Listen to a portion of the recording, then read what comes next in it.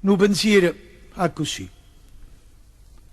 Ha campata felice perché ha fatto, come si dice, la vita innocente, penitenza e preghiera mattina e sera. Niente fumo, niente amore. Ha voluto campare solo facendo bene pure quando in verità non sentiva dove fa. Una vita di sacrificio senza si fa passare cadere in sfizio. Tutto questo perché?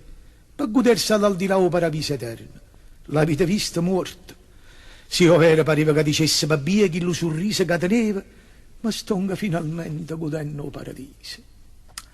A me mi è parso invece che chi lo pizza al riso volesse dire campate, campate come a me, privatevi di tutto, mettendovi così contro natura, qua paradiso, inferno, purgatorio, storie, non esiste niente, niente è vero.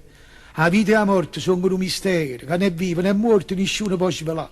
Campate, campate come a me contro natura, e poi vedete che bella fregatura.